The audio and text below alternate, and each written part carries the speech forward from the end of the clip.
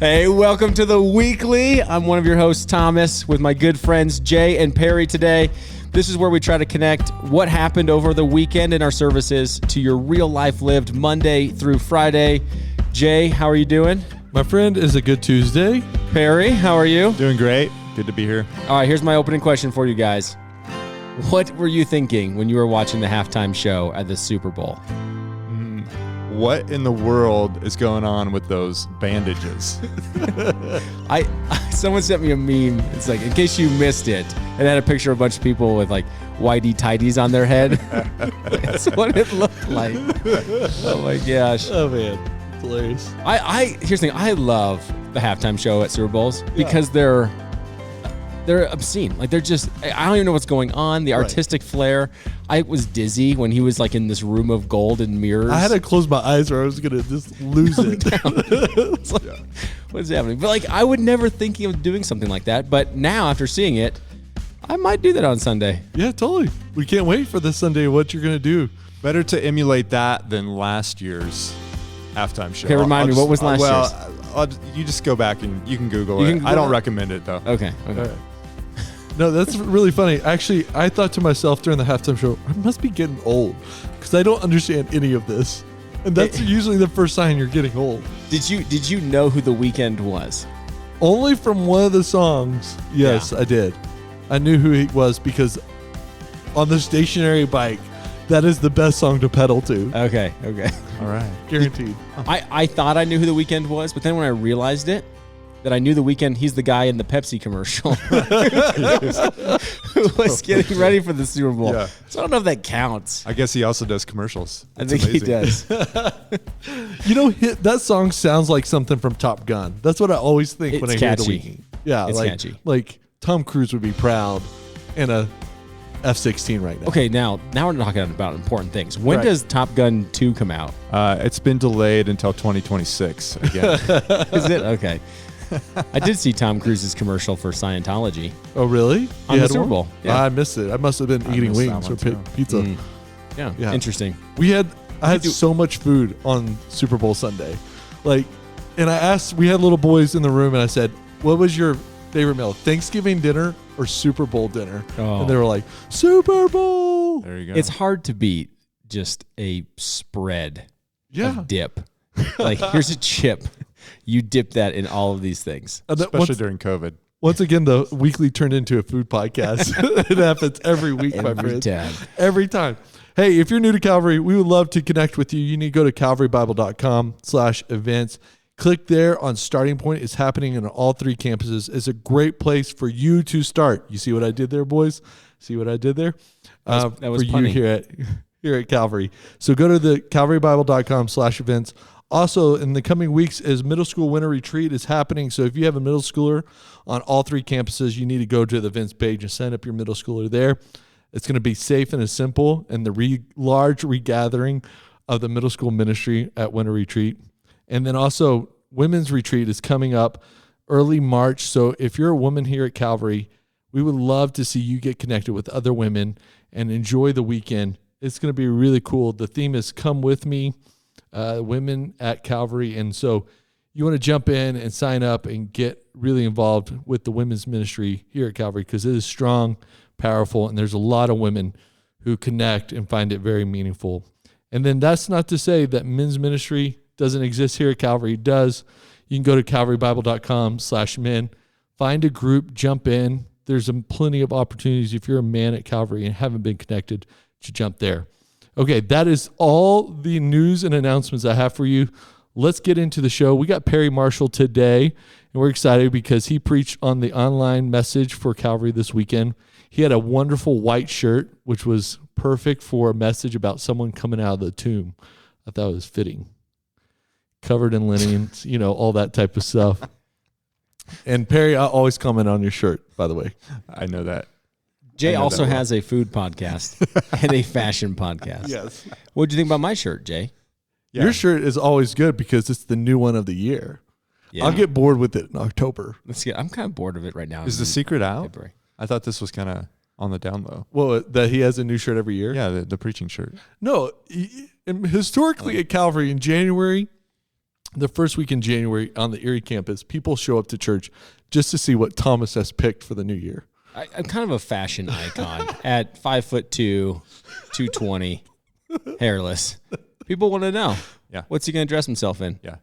And I think because this is a podcast, nobody knows this but us, but you have the 2019 or is that the 2018 preaching shirt? I know. So after you have a couple preaching shirts, that's how I build my whole closet. Your wardrobe. So I have a wardrobe of what I used to wear. Yeah. Let's pull out the 2017. Go retro. I know. Good. We'll have a throwback year sometime. Hey, well, we were in John 11 this week, and it was one of the most famous stories in all of John. I would say, just in my own heart and life and reading of John, it's probably one of the most important stories. That's really hard to say when you talk about the Gospels and, you know, every story is important because it's all about Jesus. But I think this is a really, really crucial text for John and our understanding of what Jesus was doing in the world. What do you think, guys? Totally agree. Yeah, just in the big picture of what's going on in the book of John, this is kind of a hinge story where up until this point, you've had the public ministry that Jesus has been a part of, where he's been ministering in full view of everyone around him. And right after this miracle in John 11, he is going to switch to more of a private ministry that will lead up all the way to the cross. So it's definitely a hinge point. So it's important just in John's gospel simply because of that reason too. Yeah, I think we need to make it clear. It's really important when we're talking about John to read not only the text that we're in, but to continue to reread the whole gospel, because only in your reading of it from beginning to end do you understand that this story is actually like that turning point, and you sort of catch it. I caught that actually in even my own personal reading of John last week with that, and I was like, I even asked you, Thomas, it's like, hey, did you notice this? You know, and that's really important in our own lives, that when we're in a text or we're in a series like we are in the IMs, to like read John maybe from beginning to end. Yeah, John has a structure to his letter that he has intended for a purpose to communicate, you know, a message. And even though we're doing this series of Jesus' statements of the I Am, and there's 7 of them in the book of John, John did not organize his book around these I Am statements. So it's important to realize that there is an organization. This is kind of a hinge point, like Perry's saying. And these latter I Am statements that we're going to look at in the next few weeks, notice there's going to be a distinct difference because he goes from the public kind of proclamation to the private teaching to his disciples. And there's going to have a unique flavor to what he's about to say of, I am the way, the truth, and the life. I am the vine.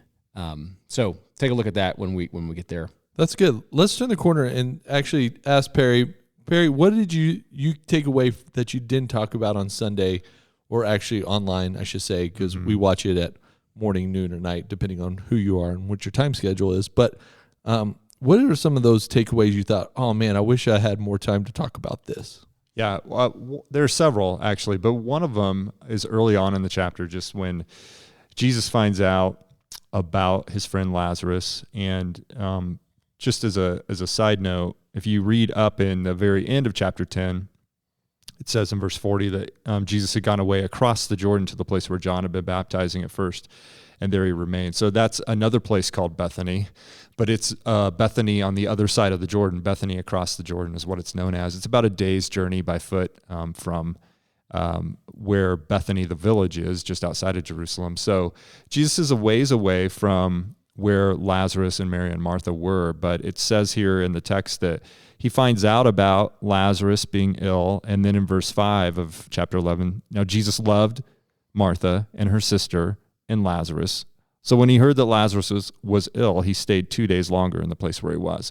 That seems like something that doesn't follow. Like, what? You loved him, but you stayed there 2 days longer? And the interesting thing there that stood out to me that I didn't get a chance to talk about is just simply that Jesus isn't, he doesn't feel like manipulated in any way by the statement that Lazarus is ill to just drop what he's doing immediately and, you know, tuck in his cloak and start running towards Bethany. He takes his time, and it just, I think, demonstrates how that's the way God operates, right? We know that from our own experiences, how God operates according to a time schedule that's often different than the schedule we think he should be on. That's a great insight.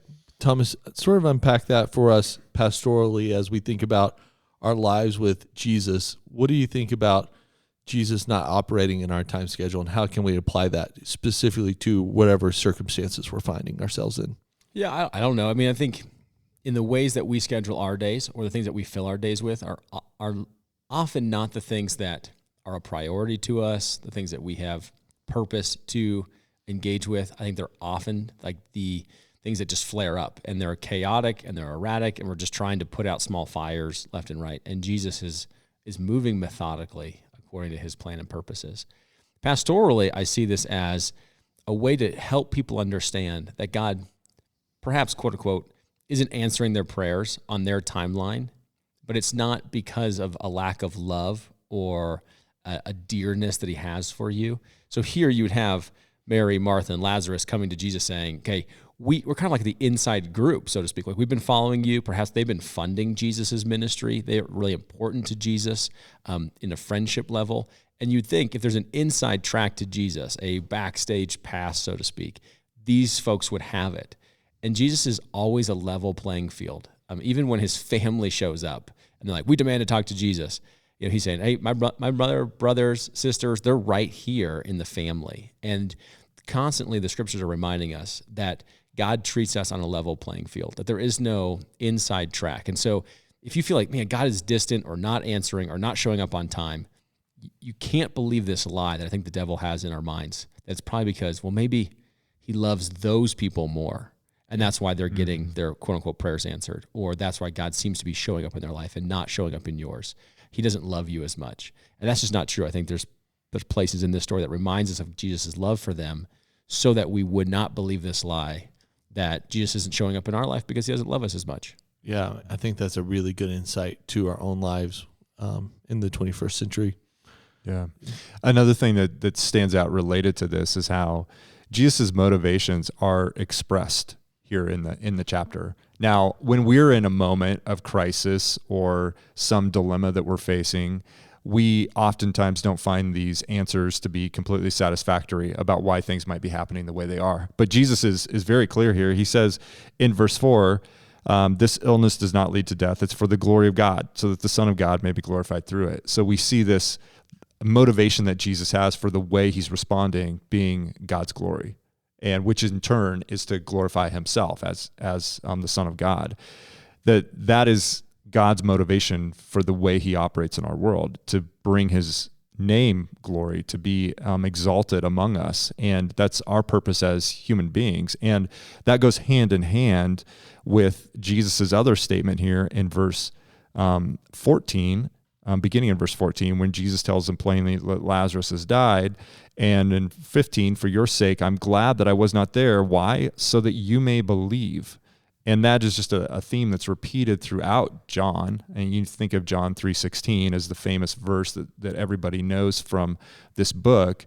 It's about belief. And this is demonstrating how this is part of the motivation for Jesus remaining 2 days longer, that he wants to build the faith of his disciples and the people who are going to witness this miracle. And that in turn brings God glory.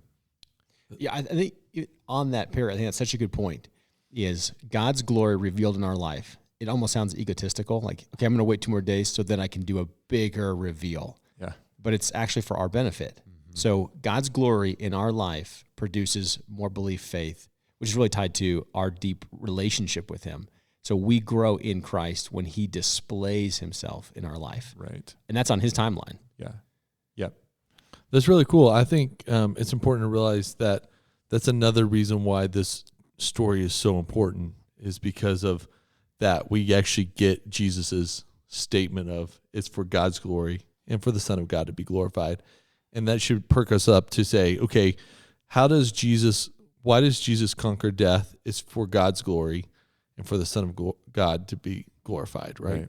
Absolutely. So let's go to this. You said that online that 7 billion people haven't escaped this, won't escape this word death.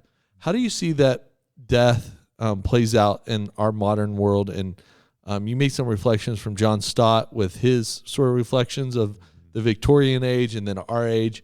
How does death play a part? Yeah, I think it's really a good observation about the way we handle death in our own day. Think of all of the different ways. And of course, before I even go any further, there could be exceptions to this. You may know exceptions even as I say this, but in general, it feels like in our culture, we try to do whatever we can to distract ourselves from death, to deny that death is even going to be in our near future. And I see it in a number of ways. In fact, we were I was a part of a funeral not long ago, and just remember thinking, man, it's been a long time since I've been a part of a funeral. It seems like a lot of times that funerals have more like morphed into memorial services, which just have a different feel to them sometimes. Not that there's anything wrong with having a memorial service instead of a funeral, but it's not often that we are around a dead body, put it that way. And it's not often that we are even around relatives of ours who are near death. It seems like just as a culture, as a society, we have tried to, whether consciously or not, we've tried to distance ourselves from the experience of death. And that is something that's just important for us to realize is a very modern phenomenon. Like it was totally common in previous generations to have people die in your house or to see people die who were close to you in unexpected ways. Or maybe I should say actually more accurately, they were expected, but they would be highly unlikely today just through tragedies because things are safer today than they have been in the past. We have less, accidents that happen because of machinery, things like that kind of keep us sanitized from death and keep death at a distance. So I think that's just where we're at culturally, and consequently, as a church, sometimes we don't talk enough about death. And that's, I think, one of the real values of this passage, because it confronts us with this thing that we don't want to really talk about, but yet there's no way of avoiding it. Yeah, that's a really good reflection of where we're at as a culture. Like death is usually on movie screens or in books and, things like that. So I think as a believer, it's okay to talk about death, to confront death, to know what death is because it gives us so much hope for the one who conquered that death. Yeah, absolutely. And Jay, I think that's a key point. Like that's one thing that just kept coming back into my mind in preparation for the sermon, and it's remained in my mind. And that's that we can't really understand or begin to grasp the greatest hope that we have of the gospel unless we are willing to also face that greatest enemy that we have. The greatest despair. It is. It's the greatest despair that makes us understand the greatest hope that we have. If we don't have those two next to each other, then we're prone to just missing the fullness of what we really have as Christians. Yeah, man, that's a really good. I really appreciated your sermon when you talked about that and highlighted it. So, Pastor Thomas, Perry talked about this quite a bit too, but he said a phrase. He said, "We believe in a physical resurrection." So the question I have for you is, why is a physical bodily resurrection so important to believe in for believers? So Jesus shows us a physical resurrection, and this is categorically different than world religions or opinions of the afterlife, that you're going to go off in a spiritual sense, you're going to dissolve into something, you're going to decay into nothing. Jesus and God speak of a physical resurrection because we as human beings are distinctly different. We are both flesh and spirit. He has made us both of the earth and of his breath, so to speak, in Genesis. And you think about this idea of death, it is an enemy. I mean, I know Perry talked about this on Sunday, that there is a categorical difference between viewing death as a natural part of life and a threat and something that needs to actually be defeated. So many times I've heard people say, well, death is just something you can't really avoid. It's just part of living. And it shouldn't be. It's actually an alien to the world that comes in on the heels of sin because of choices that we've made. And so Jesus shows up in the flesh so that he can bring resurrection to the flesh.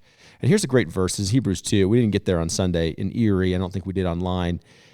he says that Jesus, that since the children have flesh and blood, he too shared in their humanity, so that by his death he might break the power of him who holds the power of death, that is the devil, and free those who all their lives were held in slavery by their fear of death.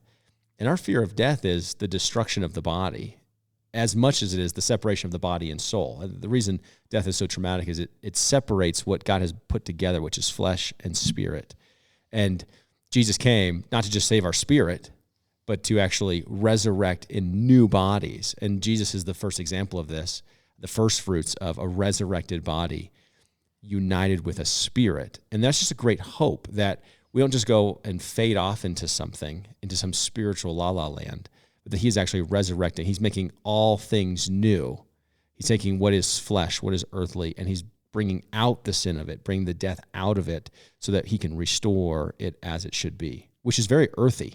Yeah, that's a great biblical reflection of that. So for the purpose of the Calvary faithful and those who are following along reading, I think it's really strange the reaction those who saw Lazarus raised from the dead and their desire to do something that I didn't think seemed normal from the story. So Perry, let's talk about those in the reaction of the individuals after seeing Lazarus being raised from the dead and the power of Jesus to do it. Yeah, I think the last thing that would come to your mind if somebody told you, hey, there's a story out there about this guy named Jesus who raises a dead man from the grave, and you get to complete that story and figure out, write it in yourself in your own mind, what would happen with all of the onlookers at that scene. What do you think their response would be to Jesus, this man who just raised a dead man out of the grave?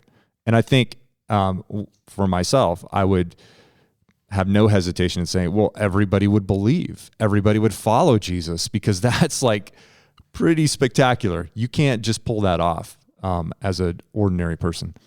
But of course, if you read the end of chapter 11 of John, you see that that is not what happens. Some do believe, but there's also this huge conflict that's stirred up. And I'll just read it for you in verse 45 of the end of chapter 11. Many of the Jews who had come with Mary and seen what he did believed in him. But some of them went to the Pharisees and told them what Jesus had done. So the chief priests and the Pharisees gathered the council, just another group of powerful religious figures, and said, what are we to do? For this man performs many signs. If we let him go on like this, everyone will believe in him, and the Romans will come and take away both our place and our nation, and it'll be terrible and horrible and awful. I ad-libbed there.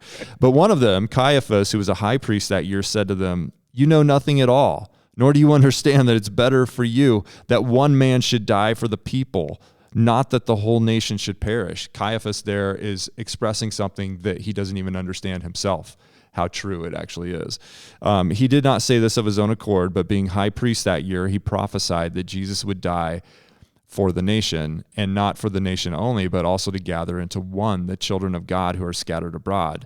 So from that day on, they made plans to put him to death. And then that's where we see Jesus no longer walks openly among the Jews, but he goes on from there away to Ephraim, and he stays with his disciples. So you see that there's a reaction against Jesus and against Lazarus even, and the Jewish leaders are looking for an opportunity to kill them both because they don't want the word to get out about what happened to Jesus. It's just bizarre. I think just in our situation as leaders of a church in ministry, the number one thing I think I hear from people about belief is, if I could see it. There's this Thomas syndrome, so to speak, where it's just show me the hands, show me the feet, and then I'll believe. And Jesus has this really special blessing for those of, Thomas, you get to see, you get to put your hands, visually, you get to have your faith strengthened. Blessed are those people that are coming. And he's given a blessing to us. Blessed are those people who are coming that never get to see these things and believe. But I think at the root of that is, if I could just see a miracle, I would believe. Yeah. And the truth is, all these people get to see miracles, and they're just like us. And some believe and some don't. what I think is so amazing is we continue to believe in our own power. As you point out, Barry, John, just the next chapter, John 12, you have verse 10. So the chief priests made plans to put Lazarus to death as well. And it's like, man, the gall to think that the one that just got raised from the dead, you're like, man, we're gonna have to kill him. You're like, well, is he gonna stay dead? But you think I got to do this, and the motivation there is selfish, right? So why do they try to put Jesus and Lazarus away? Is because the world's going to them. We will lose our influence. Rome will come in and take our positions. And so there's not a sense of humility to believe on Jesus. It's, man, Jesus is a threat to my authority, is a threat to my life, and I got to get rid of him. Yeah, that's really good. We hope after listening today, you're learning some things about Jesus's timetable and what he's trying to do in your own life. And then also sometimes it's not the most beneficial thing to actually get what you think you need from God to believe, like you're saying right there. And as we turn the tables here for the next 2 months of Jesus' ministry in John up until his death, I think it's really important for us to realize that there's some really big undercurrents as we're reading John, that these men want to kill him and want to really take it out on him and what he's doing. And that's really important for us to realize as believers, that guess what, even in our day and age, the same can be true. So, maybe one of the practices I would encourage Calvary, and we can talk about this a little bit because it was in our leader discussion guide for those in home groups, talked about this in their extra credit, but memorization of a really important passage that is found in 1 Corinthians 15. Perry, you want to share what that passage is and sort of the history of that passage? Sure. So this is what even skeptical scholars would say is a very early statement from the early church. 1 Corinthians was probably written in the mid-50s, and the Apostle Paul is converted, soon after Jesus was crucified, buried, and then resurrected and ascended back up to be with the Father. So this is very early as maybe just a year or two after those events with Jesus, and was passed on from person to person among the early believers in the church. It's kind of a formulaic thing that has a technical side to it, but when you see the words, "For I delivered to you," as of first importance, this is 1 Corinthians 15, chapter 3, that usually means that Paul received something when he first became a believer that was given to him that then he passed on to other people. So this was something that the early church memorized about just the essential core of the gospel.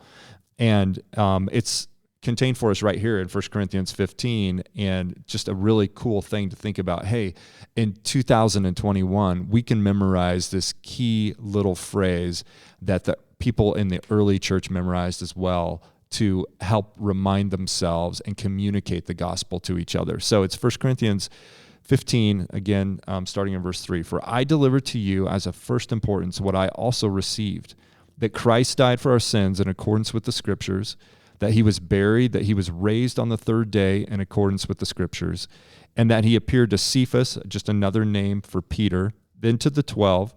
Then he appeared to more than 500 brothers at one time, most of whom are still alive, though some have fallen asleep." And then verse 7, "Then he appeared to James, then to all the apostles." And then Paul adds on to that by talking about how Christ appeared to him as well on the Damascus road. So these verses contain the very core of the gospel, though, and emphasize the fact that Jesus wasn't just claimed to have risen from the dead, but he actually showed up and appeared in front of as many as 500 people at one time, many whom are still alive by the time Paul is writing this letter. It's like he's saying, hey, if you don't take my word for it, go ask one of them, because they were there too. Yeah, that's really great. And we're asking the Calvary faithful to step into memorizing Scripture. Thomas, what do you think happens when we memorize Scripture, and why do we ask people to do it? So, I don't know the fullness of that. One of the things is you are believing in something that is not new, novel, created. Even in the statement that Paul is making himself, it's, "I delivered to you," which means he's giving something that he received. And the creedal parts of that are according to the Scriptures. So the according to the Scriptures is the foundation of our faith. Like, we're building on the confidence that God has said it, God has accomplished it. And so I can trust it. And so this is, I mean, if you just memorize even just 3 notes from 1 Corinthians 15, like someone said, why do you have confidence in the Christian faith? You say, there's a guy that according to scriptures, things that were written, he said he would die, he would be buried, he would raise and appear, and he did it. And he's the only person historically to do it. Yeah. And he pulled it off. And so I'm with him. Yeah, that's a great reason why we should memorize this verse. What are some ways you think are super helpful for us, this very practical level on how to memorize? Start small. If you're gonna start a Bible memorization program, you're gonna want to do John 11:35. Jesus wept. Jesus wept. Jesus. That's a good place to start. And then it builds your confidence of like, oh, I got this. I can do this. I can memorize that one. I can memorize all of them. Right? One word at a time. No, it really is building the trustworthiness of God. And remember, the Holy Spirit is a gift that's given, is the helper. And the helper, in one of his fashions, is the counselor, to remind you of the things that God has said, the things that Jesus has said. So he's going to bring a remembrance to the things that, well, So what have you put into your reservoir, so to speak, that then God can bring to remembrance and nourish you in certain circumstances? Yeah, that's a great reminder for all of us to get back into some Bible memorization. If you're unfamiliar, it's 1 Corinthians 15, 3-7. We're going to refreshen up ourselves, right, gentlemen? In this memorization? Yes. Yes. I see her reluctance. Yes, Jay. Hey, but we would love for you to join us as we memorize some of these very essential truths of the gospel, of this great story that Jesus has called you, has called me, called the people of Calvary to be faithful to. Hey, Perry, it was great to have you in the studio. Thanks for letting me show up. Thanks for turning my microphone on this time. That's even key. That's great. It's great to have you, my friend. Thomas, like always, see you on the flip side. See you on the flip side.